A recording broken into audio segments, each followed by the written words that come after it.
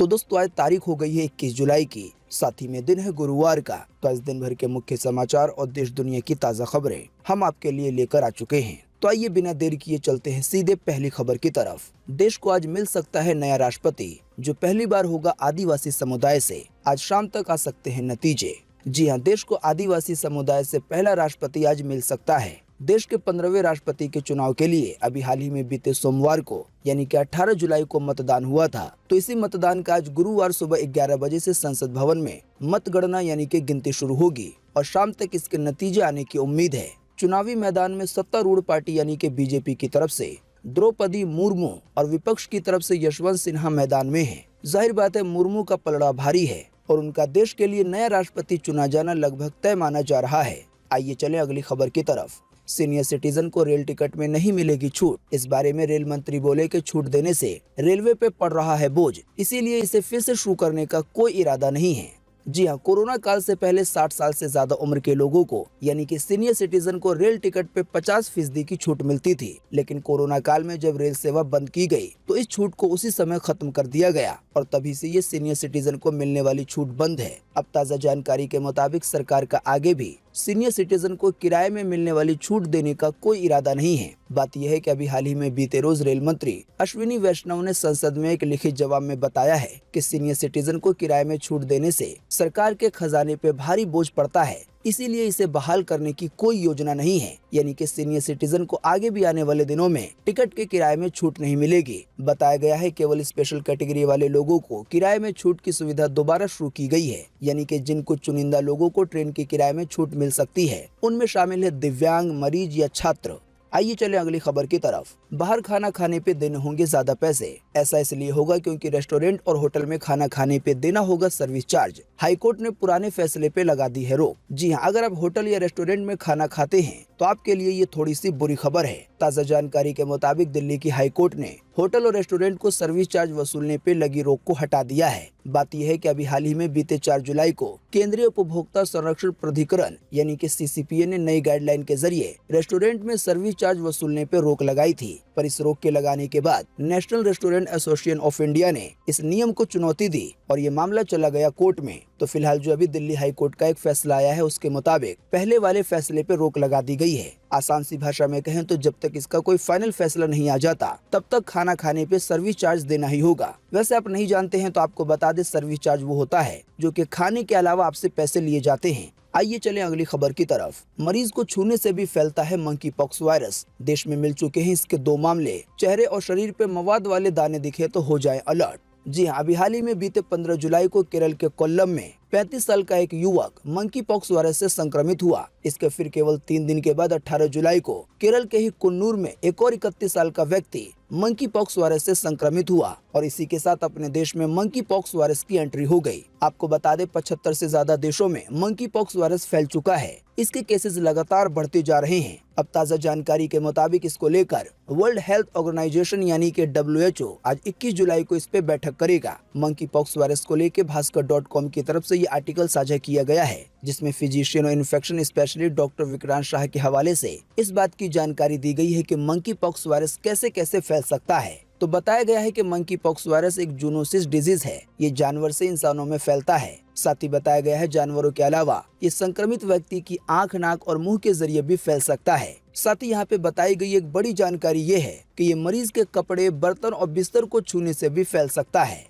आइए चलें अगली खबर की तरफ। बीते साल 2020 में 6482 लोगों पे लगा UAPA। हालांकि इनमें से केवल 80 ही दोषी साबित हुए हैं। ये कुल मामलों का केवल 1% है। जी हाँ, साल 2020 में देश भर में गैर कानूनी गतिविधि रोकथाम अधिनियम यानी कि UAPA के अंतर्गत 796 केस दर्ज किए गए। इन दर्ज केसों में कुल 6482 लोगों पे मुकदमा चलाया गया। हालांकि मुकदमा चलाए जाने के दौरान केवल 80 आरोपी ही दोषी साबित हो पाए। दोस्तों, आप नहीं जानते हैं तो आपको बता दें कि UAPA किसी पे तब लगाया जाता है जब कोई संगीन जुर्म को अंजाम दे। जैसे कि अभी आपने हाल ही में देश के अंदर कई हिंसक घटनाएं देखी होंगी, चाहे वो नुपुर शर्मा के मामले में हो या किसी और बात को लेकर हो। तो इसी तरह के संगीन जुर्म का जब किसी पे आरोप लगता है कि उसने हिंसा भड़काई है, लोगों को भड़काया है, तो ऐसे ही कई लोगों पे यूएपीए लगाया जाता है। तो साल 2020 में 6482 लोगों पे ये यूएपीए लगाया गया, लेकिन 80 आरोपी ही दोषी साबित हो पाए हैं। दोस्तों, अगली खबर के बारे में बताने से पहले आपसे एक छोटी सी रिक्वेस्ट है कि इस वीडियो को लाइक कर दें और शेयर कर दें, क्योंकि आपका लाइक और शेयर करना ही होता है हमारी मेहनत का फल। साथ ही जो लोग हमारे इस वीडियो को देख रहे हैं उनसे एक और रिक्वेस्ट है कि अगर अभी तक आपने हमारे इस चैनल सब कुछ सीखो जानो को सब्सक्राइब नहीं किया है तो सब्सक्राइब करके बेल के आइकन को दबाएं। अगर आप जानना चाहते हैं दिन भर के मुख्य समाचार रोजाना और साथ ही में सरकारी खबरें। आइए चलें अगली खबर की तरफ। मोदी सरकार की तर्ज पर अब यूपी सहित कई राज्य की सरकारें अमेजन, फ्लिपकार्ट, ई कॉमर्स कंपनियों पे सख्ती के है मूड में। जी हां, केंद्र की मोदी सरकार की तर्ज पर अब कई राज्य की सरकारें भी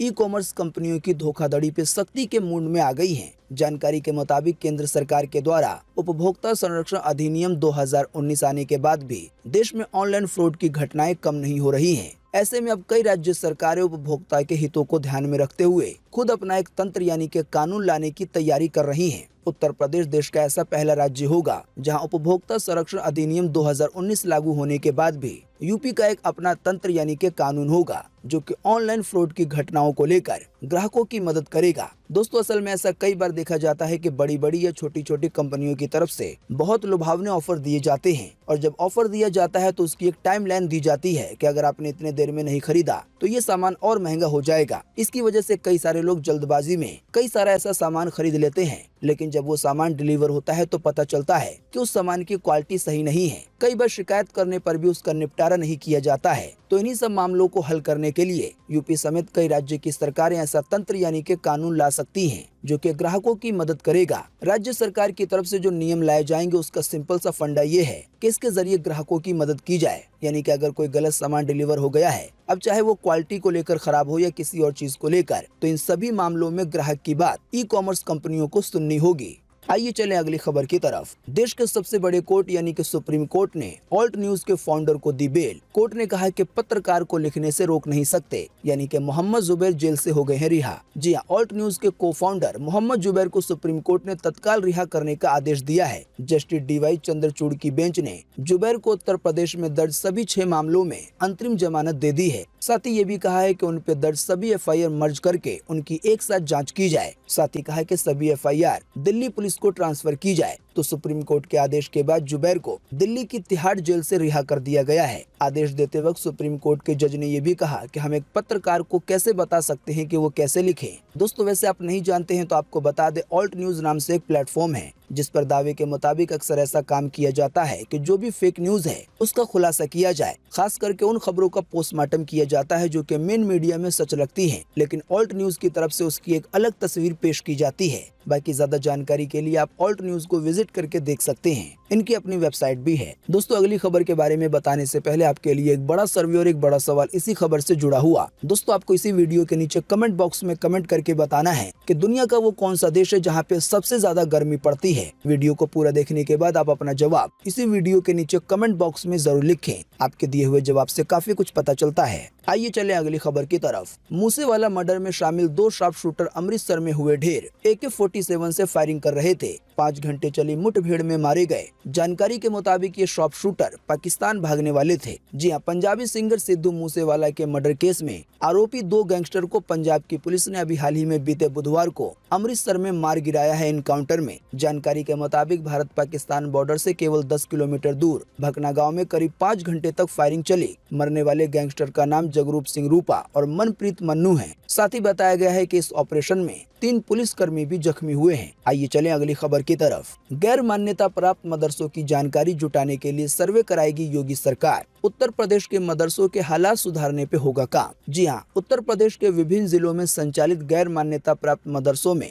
शिक्षा व्यवस्था को और बेहतर करने के लिए योगी आदित्यनाथ की सरकार ने पूरी तैयारी कर ली है। ताज़ा जानकारी के मुताबिक मदरसा बोर्ड के चेयरमैन इफ्तिकार अहमद जावेद ने ये जानकारी दी है कि यूपी के मदरसों की पड़ताल करने के लिए जल्द ही एक सर्वे शुरू किया जाएगा। योगी सरकार प्रदेश के विभिन्न जिलों में संचालित गैर मान्यता प्राप्त मदरसों का सर्वे कराने जा रही है। इस सर्वे में देखा जाएगा कि मदरसों को वित्तीय सहायता यानी कि पैसे की सहायता कहां से मिल रही है, मदरसे में कितने बच्चे पढ़ रहे हैं और बच्चों को क्या और कैसे पढ़ाया जा रहा है। है। सर्वे की रिपोर्ट आने के बाद उत्तर प्रदेश मदरसा बोर्ड उन्हें मान्यता के दायरे में लाने के लिए हर संभव कोशिश करेगा ताकि मदरसे को चलाने के लिए सरकार से सहायता मिल सके। आइए चले अगली खबर की तरफ। मॉनसून सत्र में संसद में तीसरे दिन भी हुआ हंगामा। विपक्ष ने खाने की चीजों पे जीएसटी का विरोध किया, साथ ही महिला सांसद ने उठा लिया सिलेंडर। जी हां, मॉनसून सत्र के तीसरे दिन भी विपक्ष की नारेबाजी के चलते लोकसभा की कार्रवाई को पूरे दिन के लिए स्थगित कर दिया गया। लोकसभा स्पीकर ओम बिरला ने कहा कि जो सदस्य नारेबाजी में हिस्सा ले रहे हैं उनसे मैं कहना चाहूंगा कि वो चर्चा में भाग लें। जनता चाहती है कि संसद काम करे।